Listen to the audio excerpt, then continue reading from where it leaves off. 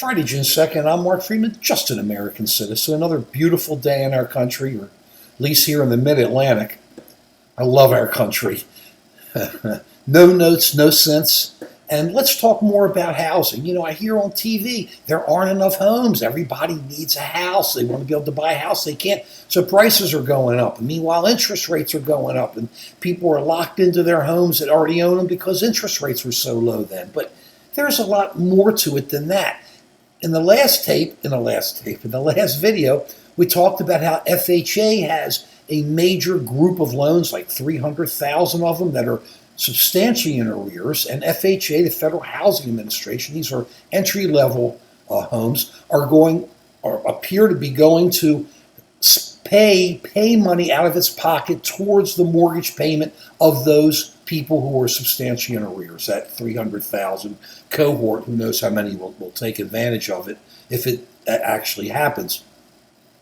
So what does that do there? That reduces the supply of homes, starter homes on the market, right? Because if they don't go to foreclosure, people can't get them and get starter homes. But on the other hand, you got people who are put out on the street, and where are they going to go?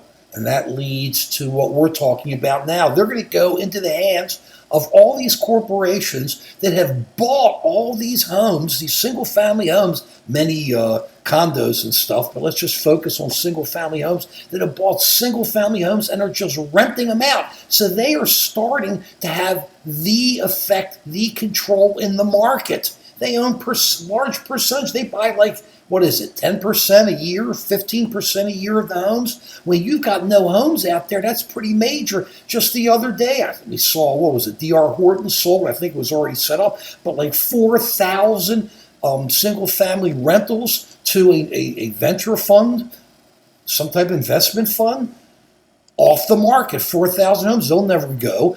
Builders are putting out homes, selling them for less, and selling them in bulk to investors, to the big corporations. And those are just more money. That's just more homes off the market. And we sit back and we go, wow, how can they do that all the time? Well, you can't compete on price. You can't compete because of the volume. And the law was set up when we had these issues starting back in the Great Recession with the foreclosures in 2007, 2008. It just started rolling from there to encourage these big investors to buy. Back then it was REOs, real estate owned. The government, Fannie Mae, I think it was, essentially guaranteed, was the government guaranteed when they securitized, took all those loans, those REOs, real estate owns, they gave it to them and they guaranteed that when they put it out in the market and they made more interest payments on it, which is what they do now, that the government would back it up so you couldn't lose. So big money saw this, comes running in, starts buying all these REOs, major buyers of REOs.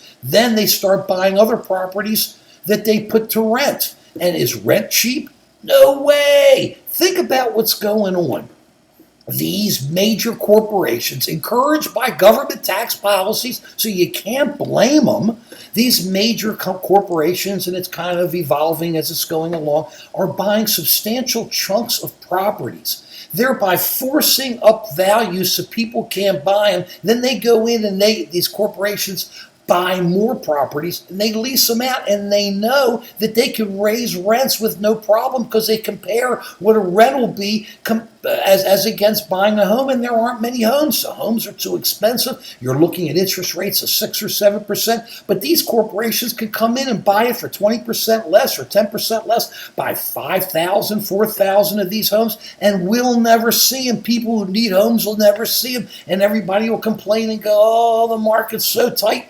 But it's because the way housing is set up, the market's going to be tight.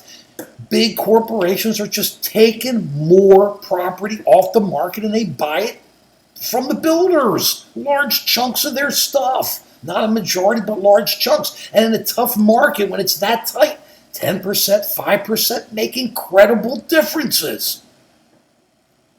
It's because we don't have a national housing policy.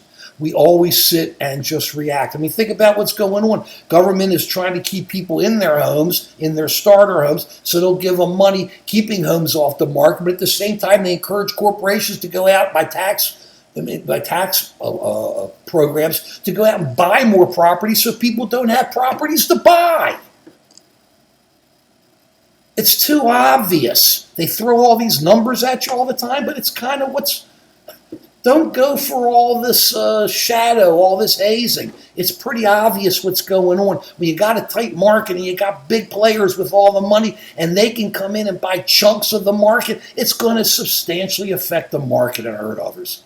So we have high rents, we don't have enough properties, and people can't go out and get homes. We're having trouble going out and getting homes and paying top price for that.